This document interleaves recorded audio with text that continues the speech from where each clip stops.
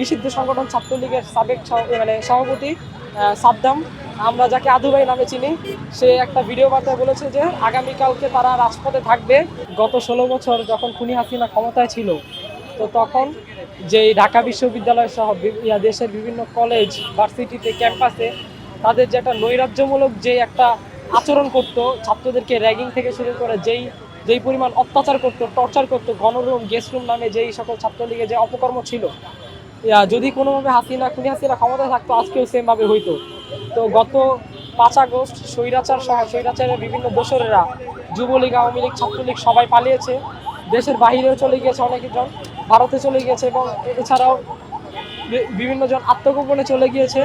তারপরও তারা অনলাইন সহ বিভিন্নভাবে তারা অ্যাক্টিভ আছে। আমরা দেখতে পেয়েছি যে দেশের বিভিন্ন স্থানে তারা ঝটিকা মিছিল দিয়েছে, মানে মিছিল দিয়ে হঠাৎ করে পালিয়ে যাচ্ছে। তো গতকালকে রাত্রেবেলা বাংলাদেশ আওয়ামী লীগের যেই প্রোপাগান্ডা সেল আছে, আপনারা জানেন যে বাংলাদেশ আওয়ামী লীগের ফেসবুক পেজ থেকে যে ছাত্রলীগের নিষিদ্ধ সংগঠন ছাত্রলীগের সাবেক সভাপতি সাদ্দাম, আমরা যাকে আদু ভাই নামে চিনি, সে একটা ভিডিও বার্তায় বলেছে যে আগামীকালকে তারা রাজপথে থাকবে এবং বিভিন্নভাবে তারা কর্মসূচিতে অংশগ্রহণ করার চেষ্টা করবে। তো এই কর্মসূচিকে ঠেকিয়ে দেওয়ার জন্য ঢাকা বিশ্ববিদ্যালয় সহ যারা জুলাই ম্যাসাকার আন্দোলনে ফ্রন্টলাইনে ছিল, তাদের মধ্যে কিছু ছাত্র জনতা, সাহসী ছাত্র জনতা, তারা পাল্টা একটি কর্মসূচি দিয়েছে যে রাজু ভাস্কর্যের পাদদেশে তারা জুতা নিক্ষেপ কর্মসূচির আয়োজন করবে এবং পুষ্পোত্তলিকা দাহ কর্মসূচির আয়োজন করবে। তো সেখান থেকেই সাধারণ ছাত্র জনতা সেখানে অংশগ্রহণ করেছে, যার কর্মসূচিতে বলা হয়েছিল যে 3 জুতা নিক্ষেপ করতে পারবে তাদেরকে মজুরি দেওয়া হবে। তো সাধারণ ছাত্র জনতা খুব উৎফুল্লের সাথে কর্মসূচিতে অংশগ্রহণ করেছে এবং আমিও 3বার অংশগ্রহণ করেছি এবং 2টা মজুরি দিতেছি।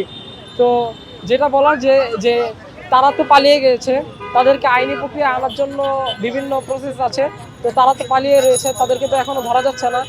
তো এর বিকল্প হিসেবে সর্বনিকৃষ্ট যেই শাস্তি যেটা, যে তাদের ছবিতে জুতা নিক্ষেপ করা, তারা তো অবশ্যই অনলাইনে আপনাদের নিউজগুলো দেখবে। যখন তারা দেখবে যে আমাদের ছবিতে জুতা মারা হচ্ছে, আমাদের ছবিগুলো পুরানো হচ্ছে, আর সাধারণ ছাত্র জনতা খুব উৎফুল্লের সাথে এগুলো করছে, তখন তাদের একটু হলেও অনুশোচনা আসবে এবং কিছুটা হলেও ভালো হওয়ার চেষ্টা করবে, আমরা আশা করি। জুতাগুলো গায়েবীভাবে এসে পড়েছে, হঠাৎ করে দেখতেছি যে আমরা ছিঁড়া জুতাগুলো যে বিভিন্নভাবে, কালকে যেহেতু কর্মসূচির ঘোষণা করা হয়েছে, তো বিভিন্নভাবে আপনার কেউ বাসাতে ছিঁড়া জুতোগুলো নিয়ে আসছে, কেউ হল থেকে নিয়ে আসছে এবং বাহিরে যারা রাস্তায় থাকে আশেপাশে তারাও জুতা দিয়েছে অনেকেই।